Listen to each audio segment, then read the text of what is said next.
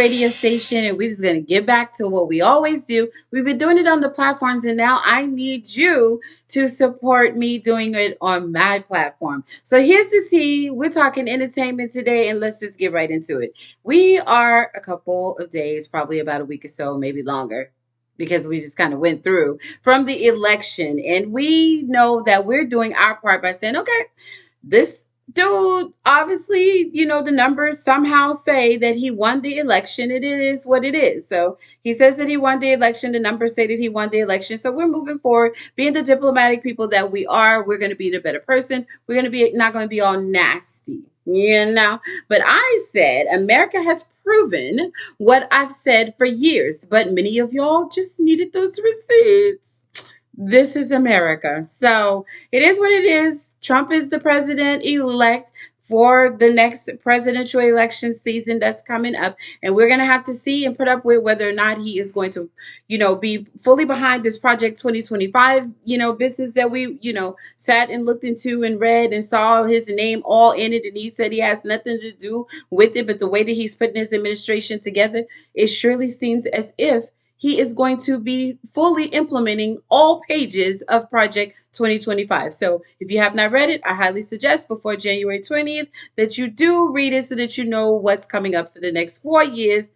And if it goes by what's in Project 2025, possibly longer. Charlemagne the Guy said it the best for me. He said his first reaction regarding Trump, he says that is the final boss of all bosses. So if Project 2025 does what it's supposed to do, and Elon Musk, and his Doge does what it's supposed to do, will we even have another election to get our opinion or our thoughts or our choices in? I don't really know. Okay, so we're moving on past that. Congress chose the stimulus. I wanted to talk about that for a second. Listen, some of you people seem to think that Trump is the one who gave you that check. And that's the reason why you decided to vote for him. He insisted on putting his signature on papers that went out to everyone that received stimulus, okay? He did not personally give you that, and you definitely had to pay that back. You have seen in many ways taxes, inflation. You've seen many ways how you have had to pay that money back. It was not a lot of money when you got it. It was gone before you even knew it. It barely got you through that season, especially for those of us that were on lockdown and many of us that were not able to get to the jobs and to do, I had to go to work. But there are many people that in my community at that time in Denver that were not able to go to work. So a lot happened, and that little video check did nothing. So I don't think I would have made my whole decision on who I want for president based off of that little, what y'all call it, stimmy. Okay, so let's just go ahead and move on past that tea. Okay, now Republicans are winning the House is what I'm seeing so far. So it's definitely a good thing, in my opinion, that Kamala Harris did not take the win. Because how can, just like what happened in the Obama administration, how is it that we can get anything done as a Democrat if the Republicans are in charge? That's definitely would have been what would have happened for her, and it just wouldn't have been a good look. So let's just see, will the Republicans deliver, and let's just get on past whatever it is that is out of our control at this point. It definitely is a good thing that VP Harris did not win, is what I said in my opinion. It would have been impossible to push any change through with the way that Congress looks this election season. Okay? So that's all we have on that. Now let's get into some tea. Tyka Nelson passed away. May she rest in peace. Tyka Nelson passed away, but before she passed, she apparently had something to say about what her brother, Prince, if you do not know, Tyka Nelson is an artist like her brother Prince, and she is this sister of the artist Prince. So she says that Diddy told that there was something that she knew on Diddy, and she has done, they look back at a couple of interviews where she was trying to share about Diddy before this arrest. And what is it that brings the question to us? What do you think that Prince knew about Diddy? And in all of this, as all this is coming out about Tyka Nelson, did you know? I mean, I was just finding out as I was doing the Tyka Nelson research, but did you know that the first Diddy party, not the freak offs and, whatever came from that, clearly not the freak off. Did you know that the first Diddy party was at Prince's house?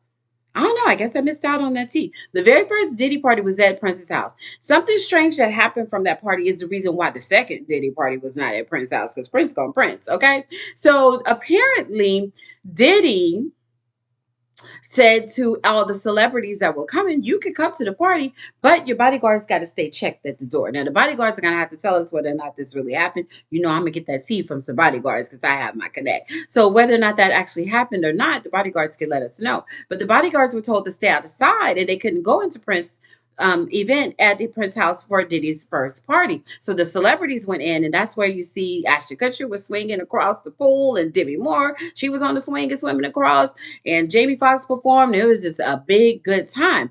But whatever happened at that first Diddy party, Prince basically made it clear, I don't do Diddy parties. So I don't know whatever went down and whatever made Prince feel like this is not something that I want to be a part of, but it just did not happen on his watch. It did not happen at his party. And when Diddy continued forward, he continued those Diddy parties, and then they turned into Diddy party slash freak offs that so many people somehow they did go. Prince said, I am not going. You're not having it at my house again. Don't bring that mess over here no more. I don't know how he said it to him. And then on top of that, I'm not going to any of them if I know the devil. I mean, no, he just said, if you're going to be there, I'm not going. Whatever it is that Prince said. Okay, so that's the tea on that. And that was really good information to know. But anyway, like I said, Tyka Nelson, she is a musician, just like her brother Prince. Bloggers are stating that Tika talked about her brother's death before she died, and like I say, rest in peace, Tika Nelson. How he prepared her, I thought that was interesting. She said that he prepared her for 2 years. What did Prince know? What did Prince know? But he prepared her for 2 years that something's gonna happen. Something's gonna happen to me. Here's the things we want to speculate, but she said he prepared her for 2 years. Right. And then I just told you guys about the first Diddy party. But, as we remember, Prince suddenly got sick at that time, and mysteriously somehow his Vicodin somehow, had laced with fentanyl. And I don't think a person like Prince, who's so super healthy and cares so very much about his body and all those things, I don't see him, wanting his Vicodin to be laced with fentanyl. Moving on. Did you know the rapper Shine? So those of us who were over on Blog Talk Radio, remember when Sean used to come over there and do the interviews and try to tell a story? And I think at one point a book, was trying to go in, but they were pushing him and trying to tell him that he couldn't put the book out. They didn't want that information out. Well, now Shine is on a kind of a media run right now because rapper Shine has a documentary coming out. And the documentary is basically on what's going on in his political life over there in Belize. But they happen to just kind of going with the flow to tell the story of Shine had to be to get all things out. They end up telling what happened and what really went down during that Diddy incident where, in Shine's words, Diddy it made him take the fall for something that he says that Diddy did. And there's more to it, but we don't know because we got to watch the documentary coming up on Hulu. So rapper Shine is telling what he said for years in a new documentary. The Honorable Shine is the name of the documentary. It's coming up on Hulu. He's sharing how Diddy framed him that night. He's been saying that though. He said, I didn't do this. I've been framed. And somehow, the powers to be didn't hear him. And he ended up doing time for the shooting that happened that night with Jennifer Lopez and Diddy were there as well. And we know, so sorry for what happened to the lady that got shot. And maybe this is some kind of justice for her for this to finally be coming out. So the position that Shine takes in Belize is the leader of the opposition in the Belize House of Representatives. And he is also, most importantly, very real rags to riches type story. He's running to be the next prime minister of Belize. And as you remember, Shine came over, he had a dream and he makes it to New York, but he ends up living in New York almost as bad as what he, was, his parents or his mom was running away from. And then they found him and he's just this phenomenal rapper and he just got caught up, but he made his millions at that time into that very fatal near fatal day when all the things happened and the gun went off and he ended up having to do the time. For those of you who do not know that story, definitely look up J-Lo, Diddy, nightclub shooting. Yeah, you're going to learn a lot about your favorite people if you have not heard that tea. Okay, So I want all of us to go and take a look at the Honorable Shine. It's coming. It may already be up on Hulu at the time that I'm recording this, but it's going to be called the Honorable Shine. And if it's not up already, make sure you set your reminder. I am not, no endorsement or whatever. I just want to make sure that I support a story that has been around for a while that we've been trying to get the full tea on. So definitely excited about what could unfold.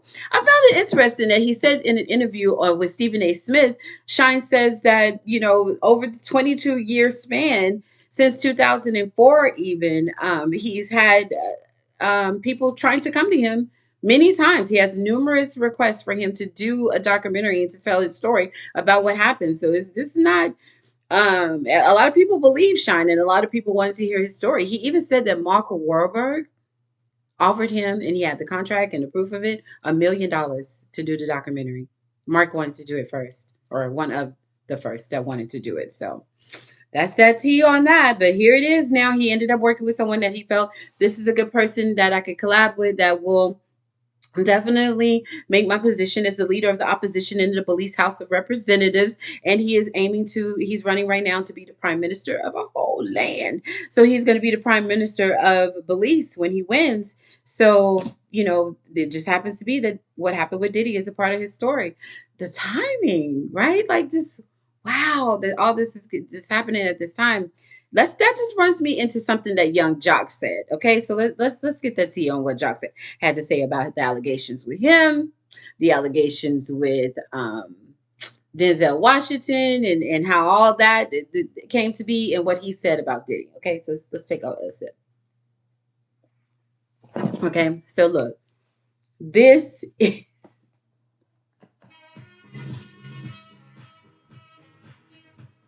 look, Jock said on Big High TV. You could go take a look at that whole little talk, but I just caught a clip of it. Jock said, it is not easy to watch the demise of this mogul. Is this Diddy's demise?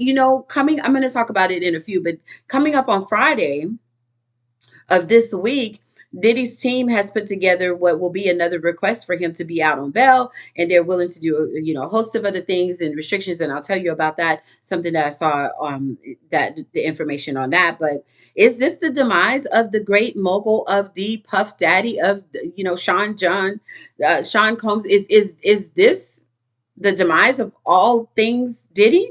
I mean, that's strong, but Young Jock says it is. He said it's not easy to watch the demise of this mogul. And he said it's a demise because it's not going forward. Diddy's not going forward from this moment. He says, Young Jock says, the Puff that we knew before isn't who we see today. And this is what he said on Beehive TV. He continued on to say that, yes, he was around him. Like many other celebrities, Jock claims that he never saw any of that behavior. He also adds that the demise of Diddy is the reason why people like Shine are coming forward. This is Jock's opinion that the rapper Shine is coming forward because Diddy is locked up and that he's falling down, and that this will be a good time for him to share his story. That's Jock's opinion on why Shine is coming forward. He says it takes away from his fear. So according to Jock, the demise of Diddy takes away from the fear to come forward, and that's why you're saying that seeing so many people come forward. That's what he says. Jock went on to continue to talk about the allegations that are going down where Ali Carter, an affidavit that has Diddy, Jock, Birdman, Denzel Washington, and a host of other people, and some allegations. Jock went on to say that he don't know nothing about that was just, look to him, a really well put together story that seemed like it could even be a film. I do want to note that Ali Carter's words are allegations, the information that was put in the affidavit and allegedly against Jock and Denzel Washington and Diddy and Birdman and a host of other people, that is allegedly, and it was put in in the affidavit, and it said that Ali Carter was not telling the truth, is what allegedly people are saying. Not really sure what's going to come from that affidavit. Okay, but if you haven't heard, This has happened over the last few days. So we already knew that Diddy's people, again, I think they're at the third or fourth attempt to go in front of the judge to say, look, he could be out on bail. I do, in no support of Diddy, but I wonder what it is that they have on him, the reason why they're not at least letting him come home into the trial on May 5th. I do find that in this situation with the RICO charges, I find it strange because there's no murder charge that we are aware of or anything where he's a danger to society. So I'm surprised that a billionaire is not able, or a millionaire, I think it's billionaire, right? That is not able to come home, and get his affairs in order with his family. Speaking of his affairs in order and his family, Diddy may have messed up. May have messed up. I don't know. Friday, he's going to go in front of the judge. Prosecution is saying, to different outlets are reporting that the prosecution is saying that they have recording. They have proof that they have been recording the phones of 8 other inmates. This is allegedly what's out. The prosecution says that they recorded the phones of 8 inmates. And those inmates said that Diddy took their phone and has been using their phone to make sure that he doesn't have to use his ID number that goes with all phones, calls that are being recorded. So he used 8 other inmates' phones who were willing to hand over their phone, possibly get in trouble and get caught up in a major, huge, you might about to get out, and you decided to help Sean P. Diddy Puff Daddy Combs. But they gave over their phone, and on those phones, he's been making calls, trying to reach out to witnesses. They allegedly say, according to the prosecution, that Diddy reached out to his family. They are saying that Diddy staged, he planned that happy birthday daddy video where Love is saying happy birthday to him. He planned that so that he could kind of put this, I guess he's trying to build a narrative as to who he is before all this happens and before he has to go to court, just to try to get his mogul status back and to try to put, this look, according to the prosecution, what they think he is trying to do. They also say that he may have been reaching out to witnesses and those who are accusing him, and that he's been using these phones to do that. So this may put a damper on any decision that the judge may have had on whether or not they already didn't let him go home that first day, which is very odd. So if these allegations are true by the prosecution, and if this is true, then we don't know what's going to happen in this bail hearing that's coming up on Friday, right?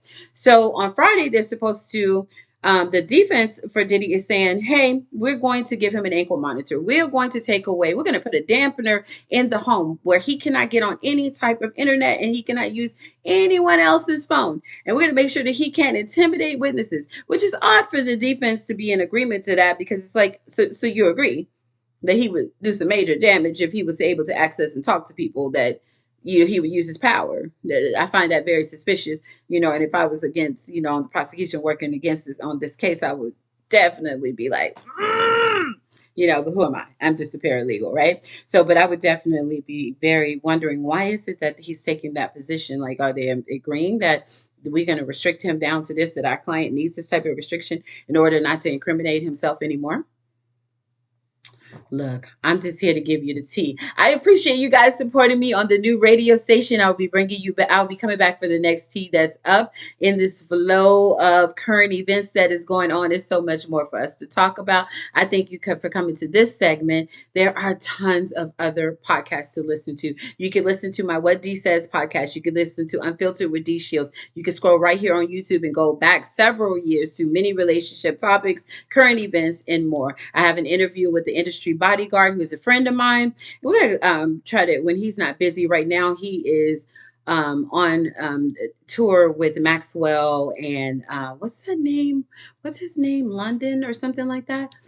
Like, I love that new kid, but he's on tour, bodyguard and those. But when he's back, maybe we'll try to get him in a moment where he's still. I wouldn't want to interrupt the safety of those artists, but when he's still, and we'll try to get him back to replay those thoughts that we were talking about. We talk all the time, so I'm pretty sure we can fit that in for another conversation. He has been bodyguard. His very first client was 50 Cent, right? And then he's had Lil Bow Wow. He had Carrie Hilson, the baby. host of other people. Right now, Maxwell, I could just go on and on about the list of people that he's bodyguarded. So if anybody knows what happens and what bodyguards do, say, and don't see, and what they should say and shouldn't do, that is a very good one to go back and listen to also. And I'll try to get a video visual of that talk with he and I as well. Thank you for coming by. I'm your girl, D Shields. You can find me on socials. I am DEESHIELDS. You can find me on iHeartRadio. I'm going to continue to get along with iHeartRadio, but that particular platform that was able to launch me out to all the other podcast platforms, we're going to be bringing that one to a close as the year comes to an end, because in 2025, I'm launching my own radio station. And since they don't want to pay me, I'm going to have to start from the bottom. Now I'm here. Started from the bottom. Now I'm here. Like, I'm just going to have to go big and push back up, but doing it where y'all going to be supporting me. You're not going to be giving the man money. You're going to be coming, and it's anything that comes and support that is available. This will be able to be my brand, and this is so important that we do this, because a Kamala loss is not a black woman loss across the platform. Certain people seem to think that black women have lost completely because Kamala lost, and you're so confused if you think that that's what happened. No, we are here for the win, and we have so much more in us. Stay ready. Get your popcorn ready. All right. And as for the Tyson fight, look, Jake Paul, I found, those are two Trump supporters. So it's what much, let's get away from the politics of those two that fought each other. They both are for Trump. I thought that the presentation at my Cowboy Stadium, it was great. The location was great. 72,300 people attended. I thought that the way that Jake Paul put it together, he put a lot of effort. He was able to unite a lot of people. He is bringing back the sport of boxing, which is one of my favorites of sports, and we are back watching some really good matches. I loved Barrios out of San Antonio. I loved Serrano. I hate that happened with her eye. Katie Taylor is vicious, so a lot happened with that, but I really loved the opening fights. They were all, something good, and a lot happened, and you definitely had to enjoy what the women made happen before Tyson and Jake Paul were fighting. But Tyson's 58 years old. He had a lot of medical issues. He had a medical emergency that happened, which canceled the fight in July. So by the time he gets in the ring with Jake Paul, he's giving his best at 58. Jake is 27. And, Jake likes to take credit that he didn't go in. But I could see Tyson biting his gloves. And I'm telling you, I think that bite was like, let me bite. Because if I do, I'm going to end my career destroying this 27-year-old, So I think they both held back in the ring. But shout out to Tyson. Thank you for doing that last fight for us. And I'm just ready to see Amir Tyson. I want to see how good is he going to be. A lot of Tyson's his story, his life story is more the reason why he's able to, to fight the way that he has been able to fight over the years, right? So I don't know if his well taken care of son of a millionaire type a son will be able to put that same heart into the sport of boxing, but we'll see. A family trait is a family trait, and I guarantee a little bit of attitude and anger might be some genetics. And if that little attitude and anger is genetics, and that hits is the way that it hits and is so powerful, if that's genetics as well, we might see a Jake Paul and a Amir Tyson. That's the fair fight, right? The boys are both 27 years old, so that would be interesting. All right, thank you so much for coming by. I appreciate you. Make sure you subscribe to the channel and leave your comments. Tell me what your thoughts are, and I'm excited with connecting with all the new people. Welcome, welcome, and I look forward to